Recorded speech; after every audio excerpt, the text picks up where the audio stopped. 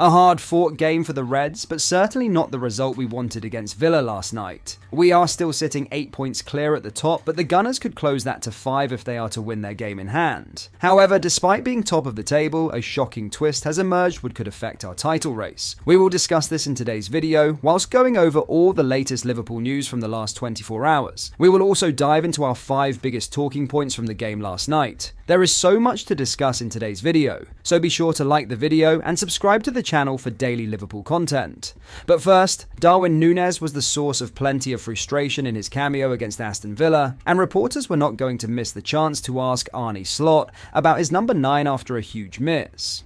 The majority of Nunez's 1,710 minutes this season have come off the bench, with Slot clearly favouring Luis Diaz in the centre-forward role, plus Diogo Jota when fit. In 6 of his last 7 outings, Nunez has come off the bench and failed to make a contribution on the scoresheet. In fact, his last goal contribution was his match-winning brace at Brentford. He had the opportunity to change that at Villa Park when subbed on for the final 24 minutes, but he lifted his big chance over the crossbar when an open goal was begging from Dominik Szoboszlai's pass.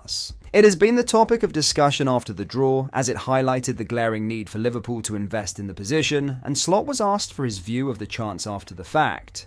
What I saw was an unbelievable pass from Conor Bradley, and what a power run from Dominik Szoboszlai, who in my opinion, made the perfect choice to square it, Slot told reporters. From a 1 versus 1 with the goalkeeper, he made it an open goal chance, and then Darwin, it was not his best leg. He is right-footed, of course. It was still a big chance, very unlucky, and I was hoping he could have got another one because a player like him probably wouldn't miss 2 chances in a row. He was very close afterwards when he went towards Martinez again, but Martinez made a great sliding tackle to win the ball.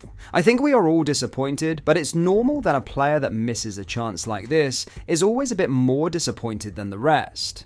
There will be plenty of lingering disappointment, but Liverpool cannot allow the same feeling to follow the trip to Man City on Sunday. Now, ahead of Liverpool's title race, a shocking twist has emerged as Conor Bradley came on as a second-half substitute at Aston Villa, but was then forced off late in the match with another injury, which Arne Slot expects will keep him out for at least 2 games. Liverpool's trip to Villa Park was one of the more frustrating matches this season, with poor finishing met with lackadaisical defending to see another 2 points dropped. Arne Slot's injury list had 3 players on is heading into Wednesday's match, but Bradley looks to set to join Joe Gomez, Tyler Morton and Cody Gakpo after coming off late on Wednesday. The Northern Irishman was introduced in the 66th minute to replace Trent Alexander-Arnold, but was left clutching at his right leg after a run to the byline, forcing his exit with minutes remaining. After the match, Slot spoke briefly on Bradley's issue and did not sound too hopeful of the prognosis, telling reporters, "It is difficult, but he felt a bit when he made a sprint. He tried to continue, but had to go out. All the time with injuries, I always say if a player wants to go out himself, that's not a promising sign."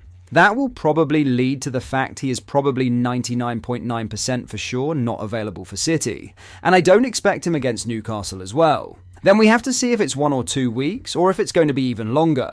Bradley has already missed 11 games due to injury this season, with a hamstring strain against Real Madrid in November, keeping him out of the side for 8 matches. He has been used in rotation with Alexander-Arnold, who has only recently returned from a thigh injury, and now Slot will be without a key option, with a further 2 games in the coming week. Liverpool will meet Man City on Sunday, and then Newcastle at Anfield next Wednesday before a rare weekend off after an early FA Cup exit. In this portion of the video, we will talk over our 5 biggest takeaways from our game last night against Aston Villa. Liverpool's inability to take their chances forced them to settle for a 2-2 draw at Aston Villa, a result that highlighted the need for a centre-forward in the summer. Number 1. Points not a disaster this season. In many recent seasons, a draw from even the toughest of away fixtures would rightly be considered a disaster by supporters. Manchester City's relentlessness and the fact that over 90 points would be required to win the Premier League meant there was no longer any such thing as a good point. However, in a campaign where City have collapsed, Arsenal's squad is decimated, and Liverpool are in transition under Arne Slot, it looks like a less lofty total is going to be required. As such, claiming a draw away to Aston Villa is not the worst result in the world. Number 2. Liverpool need a centre-forward. Of course, the Reds would have taken all 3 points had they simply converted more than 2 of the 17 shots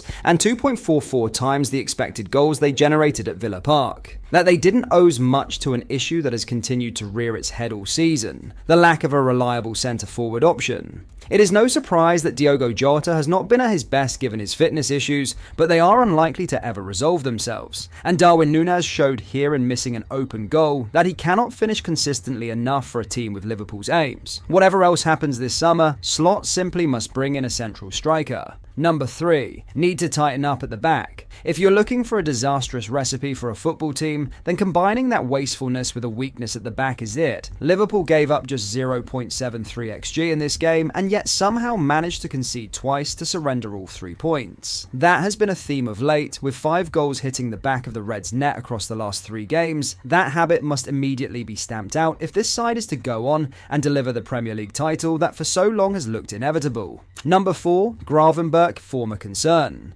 Beyond poor finishing and a porous backline, arguably the biggest concern for Liverpool was the performance of Ryan Gravenberch. The Dutchman failed to make a single tackle, won just 1 of his 7 ground duels, the second fewest of any Liverpool starter, and was often a passenger in possession throughout. He seems to be paying the price for overuse in the early part of the campaign, which has seen him play the 3rd most minutes of any Liverpool player, 2,995. And the concern is that his troubles won't ease without a rest. Slot's lack of faith in his backup, Wataru Endo, makes that look unlikely though.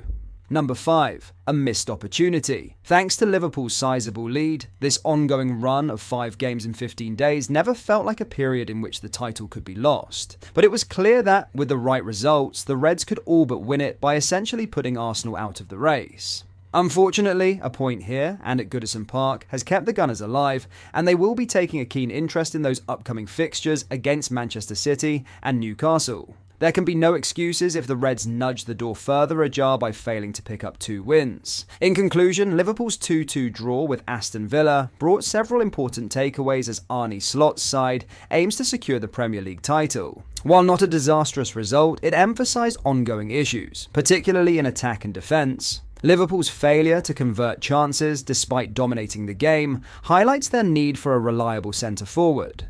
Darwin Nunez's inconsistency and Diogo Jota's fitness problems suggest a new striker should be a top priority in the summer transfer window. Defensive frailties were also evident, with Liverpool conceding twice from minimal XG, a recurring issue that needs fixing if they want to maintain their lead at the top. Ryan Gravenberch's poor form, likely due to overuse, is another concern, especially with limited rotation options in midfield.